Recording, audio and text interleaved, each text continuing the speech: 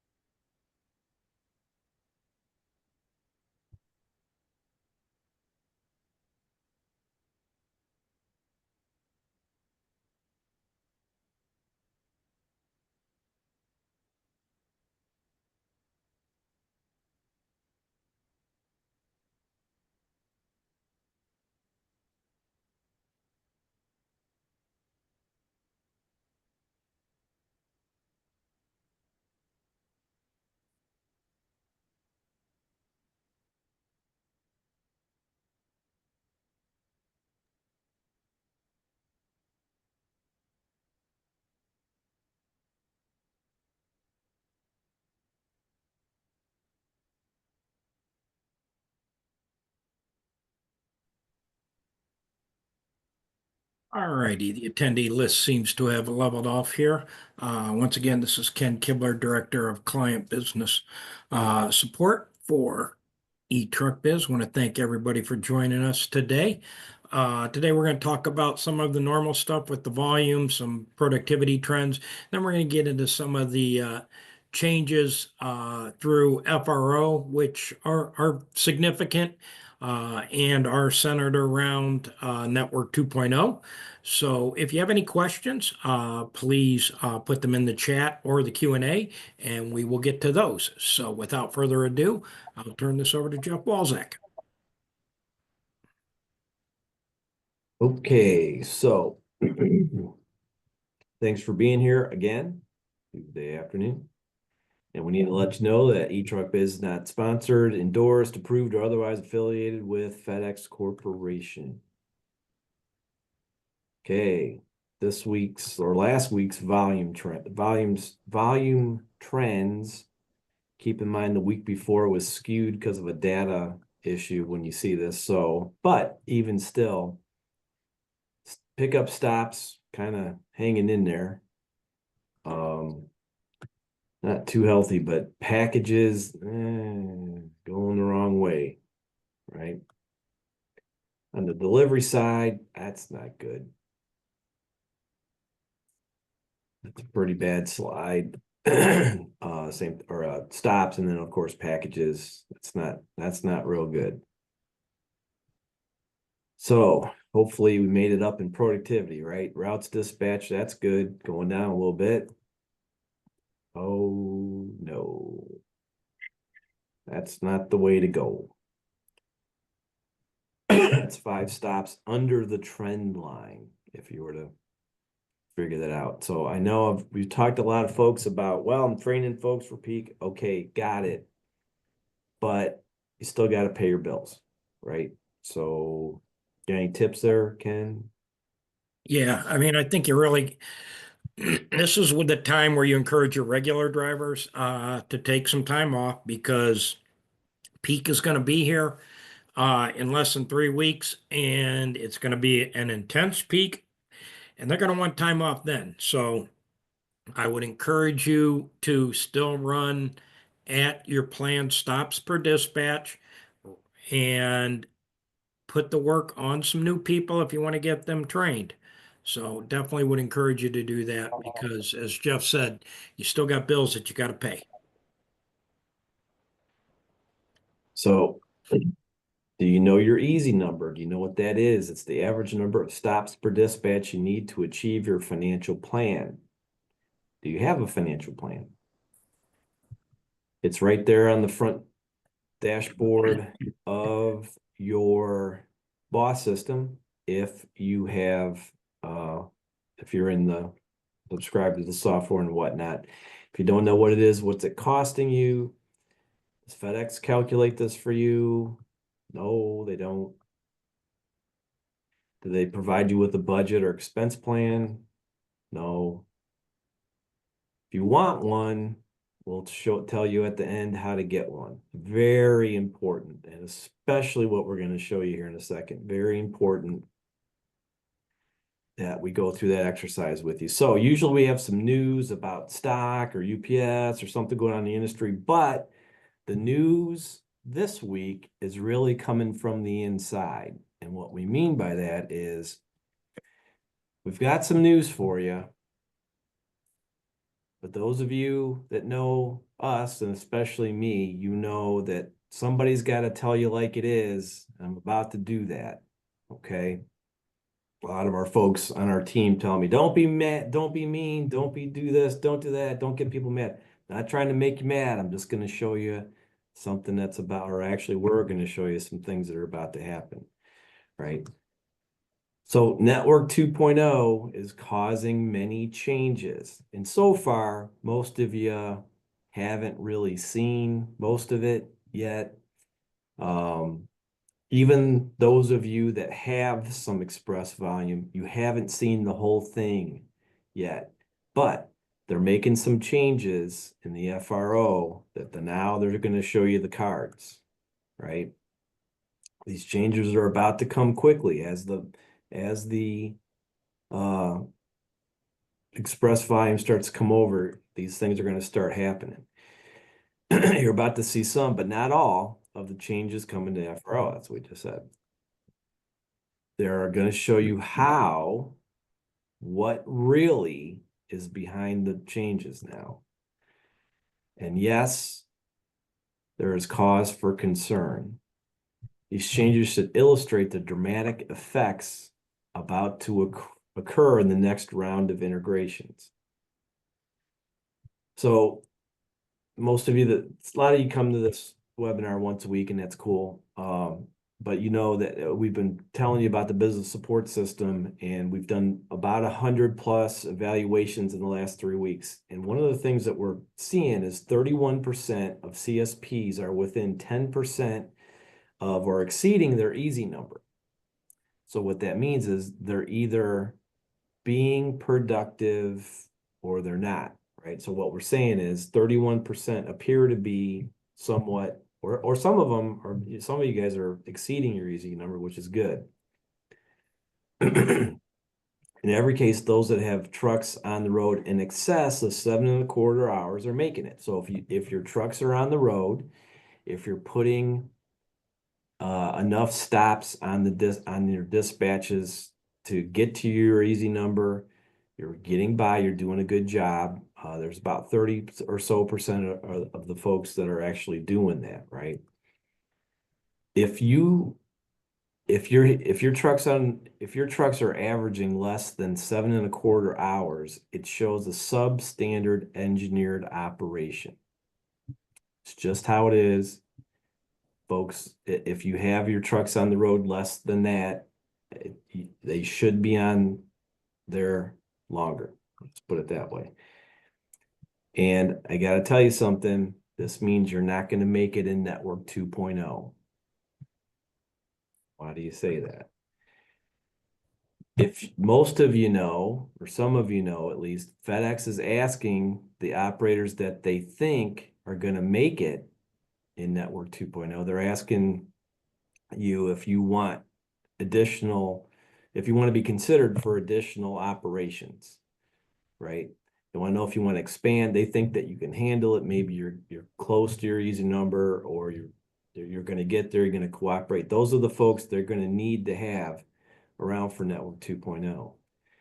Productivity is an indicator of a CSP's control of their operation. So if you're achieving productivity, that probably means you have enough control of your operation to get it into Network 2.0, right? Now, of course, we're going to tell you again, we can help you with all these different products that we've been trying to tell you. that we have available to you, and especially this one here, Optimized Performance Program. We'll talk about this at the end, but we're going to have Bob give us a look at some of the changes, some of the things, some of the details that are in the new FRO details and what they're about, what they mean. Okay, there you go, Bob. All right, thanks, Jeff. First thing off is we're looking at some restrict return times. That means if you got to have a truck back by 4:30, you can set it up in the DRO, lock it, where it's just not doesn't go based off of hours that you've got set up in the system, but it's going to set you up to return, by that 4:30 time. And two, you may have 2 or 3 different vans out there in the city where maybe those drivers meet, and any maybe deliveries that one driver's got that is going back, he would give any deliveries he's got left to the other 2 drivers that he's taken their deliveries back. But that strict return time, you can set that up. You can lock it in where, hey, this driver's got to be back by this, this set time, and that's so they can get, Can I add to that, get those Bob? packages out. Yep, go ahead. Yeah, the big reason is that the express packages have to be back and sorted to hit the airplane. They are not holding an airplane for 5 packages. Not that those 5 packages aren't important, but you know what is important? The other 30,000 that are going to go on that airplane. So, the station that's closest to me is Youngstown, and those express packages have to be back at 6:15 at night. So that's an instant where you would use strict return times. Thanks, Bob. Yep. And two, one thing, 5 years ago, we were pushing stops per unload hour average. 3 years ago, we started pushing stops per driver day. Now, all of it has got to come together. We've got to make sure that our drivers are out there on the road. If they can do 20 stops an hour and that's what they're set at, they've got to be doing that. We got to monitor that, manage that, make sure they are getting that done. If they're not, what's the obstacle? Do they need more training? Is it methods? Is it the way the route's set up? I've seen just this last week in 3 or 4 different instances where people are using the sequencing anchors, and I take the sequences off, and you can save 100 miles through the course of the whole CSA. I mean, that's a lot. So is your area set up correctly? Yeah, just to go on that, 100 miles on your CSA is 15 gallons of fuel. Multiply that by 350. That's $54 of savings every day. Multiply that by 6. It's significant. So, and as Bob said, we were pushing stops per dispatch. Well, that easy number is based off of stops per dispatch. So if for some reason you've got drivers that are out late because, they're kind of a late riser, so they come in a little bit late, but they stay out and get it done. That's not going to work with a strict return time. They can't stay out till 7:45 if they got to be back at 6:15. So what do they got to do? If I still have to hit my same easy number because money's not going to be a whole lot different, I've got to improve my stops per hour, or my driver has to get there earlier and be on road for the right number of hours and perform the right number of stops per hour. Thanks, Bob.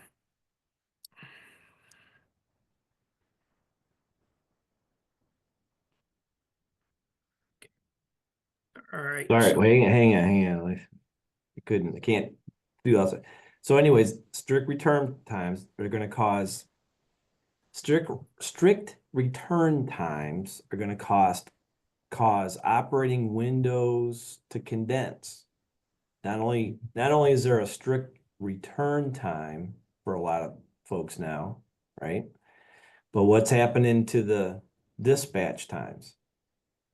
They getting earlier to compensate for that? Nope. No, in fact, in a lot of optimized CSAs, they're actually becoming later. So later dispatch, when Ken was talking about strict returns for air pickups, it's no joke. So stops per hour are going to have to be managed, right? Driver latitude decreased. The drivers, you've heard us say this, I don't know how many times. Drivers are not going to be able to just do what they want to do anymore.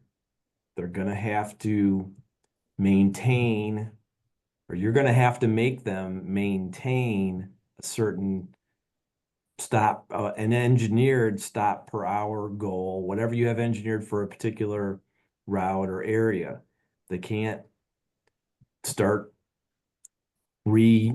optimizing areas and doing what they want to do. And it's just, it doesn't work in the new environment. Hey, Because, Jeff, yes, too, that's where the observation ride, that's going to be even more important, moving forward. They've got to, you got to know and be confident on how many stops a particular route, not a particular driver on a particular route can do.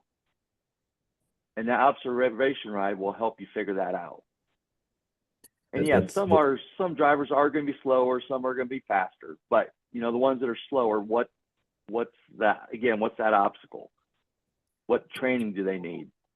Yeah, because I need to add to that, because you're going to have regular drivers go on vacation. Guess what doesn't change? The 10:30s and the noons. Well, my driver's slower today, so we're not that's not going to cut it. So you need to know what the route can do as well, and that's why the observation rides are absolutely critical. so just keep in mind, and this is very, very important. FedEx is going to do whatever they have to do to protect the brand. That means 10:30s have to be delivered by 10:30. That means return times have to be maintained. They're just take whatever you want to take from that. Okay, Mr. Bob, second thing here. Driver breaks, that's something it's not new, but it's been there for a little bit, but there hasn't been that much talk about it from FedEx. But if you're in an area like California where you've got to take driver breaks, there's a default break in there, and you can also set up, based on what the driver's schedule is, a certain time for them to take breaks. So why would breaks be important to engineer into an area now? Can I answer this? Yes, Okay, please. because your stops per hour will include breaks, lunch, stem time to and from the area.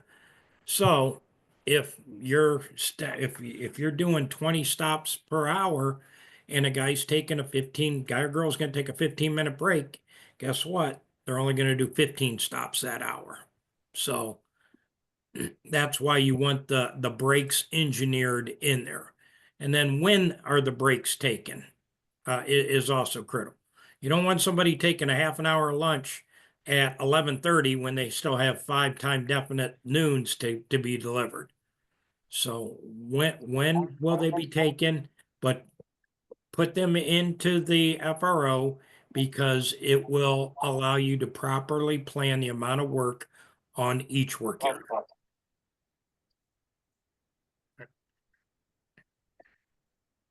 So basically breaks used to be, you didn't really plan them in there because that didn't matter.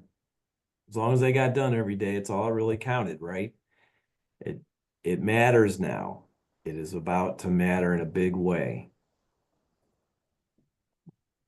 Go through here. Third thing, Mr. Bob. Pickup types. You've got your same day on call coming. Some people have already got it. Some of you are already doing it. For those that are doing the time definites, those will be coming next. But for that next group coming out, are they going to kick everything out at the same time? Same day on calls? No, not sure, but you got to be ready for it if they do.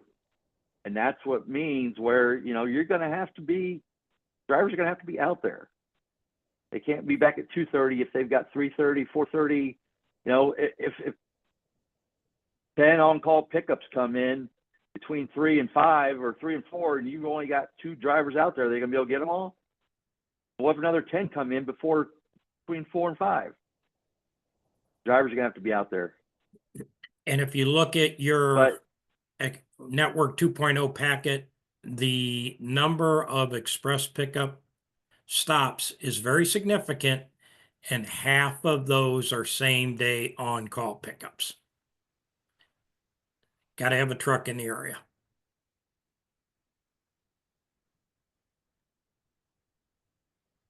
So the takeaways from the pickup types, your pickup operation is about to get much, much more complicated. We don't mind telling you this little story where it was those of you that have been around know that we had a guy that you probably know him, Gary Wade. And when he found out about all this, the first thing he said is, oh my God, they're going to have a hell of a time managing the pickup operation. Because what happens now? Here's some pickups, make sure you get them done. They're important. Great. The pickup operation, actually, I think that's the next thing. Well, we'll need the pickup operation is going to need BC attention to this revenue producing activity. It's not just a couple of, pickup stops. Now, some of you have routes that have lots of pickup stops, but we're talking about lots and lots of pickup stops. It'll become, it already is, but it'll become a serious revenue producing activity. And especially since you're picking up air, keep in mind that FedEx is going to protect the brand.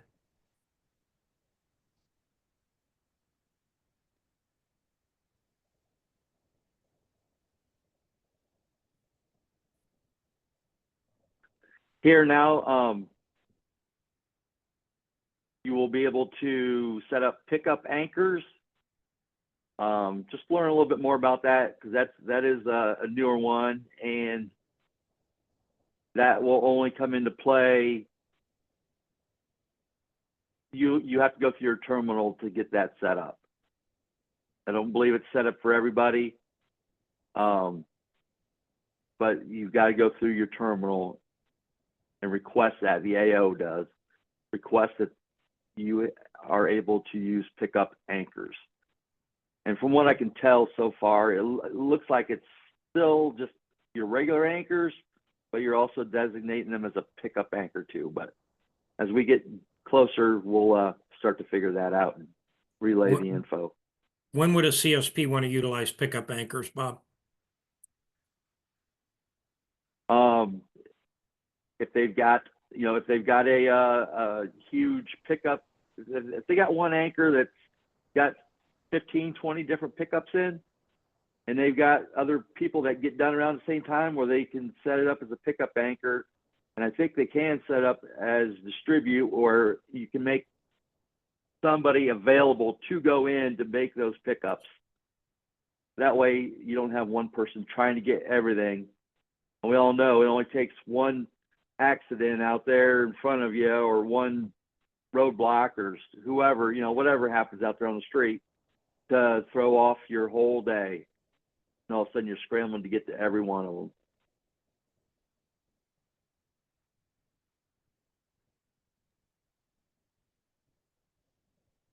So just so you know, the ground network did more delivery stops than pickup stops. You guys know that, right? The express network does slightly more pickup stops than delivery stops. It's a lot of pickup stops. Keep in mind that FedEx will protect the brand. A lot of you probably wondering, why do we keep saying that? Why is FedEx? What we're saying is these pickup stops, time definite deliveries, they have to be done, and they have to be done right. Because every time we miss a pickup, or every time somebody doesn't delivers a 10:30, 11 or something like that, that hurts the brand. Telling you, and some of you already know, you've seen it already start to happen. They are not playing with this. If you want to be around, you just need to listen.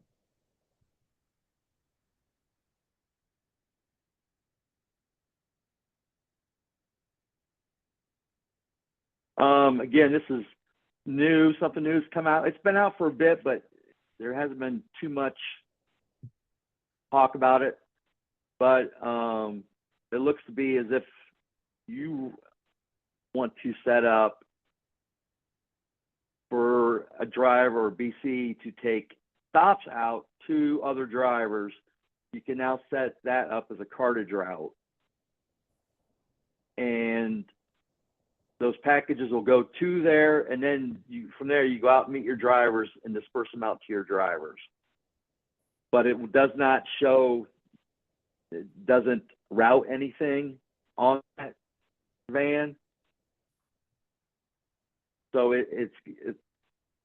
it'll be a good thing if that's what it is. That way it's not going to cost you a dispatch through FedEx. And again, too, if you say, okay, I want this group of people, you're going to meet me at the Walmart at 4 o'clock or 3 o'clock. We see UPS out there all the time doing that. They're not out there just smoking and joking. They're out there getting more packages to keep delivering. That's why they made some profit in this last quarter, according to their numbers. It's good use But also what with happened, APVs as well. So if your APVs meet, all your APVs can meet somewhere as well. So it's good use for that. And as Bob said, you do not get charged as a dispatch for that cartage route. and chances are too, Ken, you may have 3 or 4 drivers, and it may not be a whole lot, but just a little bit more than what they want to put on their van. They may say, you know what, I'll get them on my van. Just Right. give them to me now. I'll get them on my van. That way they don't have to take extra time to meet you. We hear vans are full all the time.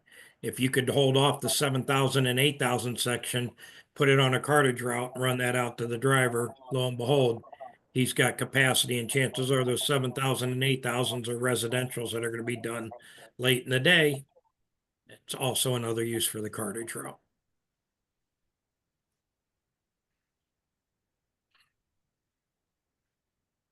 So those guys just said shelling packages both inbound and outbound about to become part of standard operating procedure. You need to start thinking about 410s, part-timers, shuttle drivers. We've been talking about this for a long time, but they're going to become much more common than they currently are. And again, FedEx will protect the brand.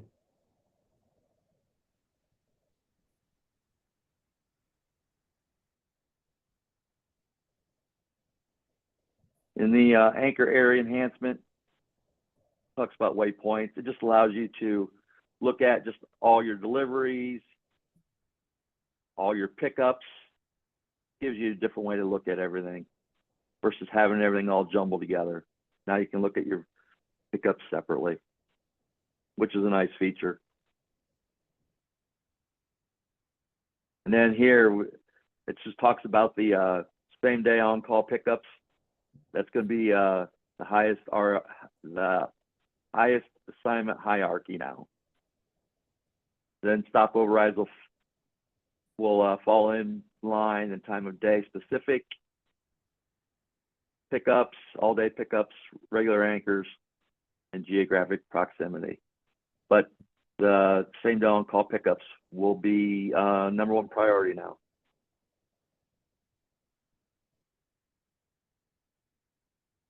And here too, where you can now set up different areas. You got Alton Granite 1, and then Alton Granite 3 and 4, where they can help each other. there's two columns. One is need help and one helps. So you can set that up, set your routes up that way.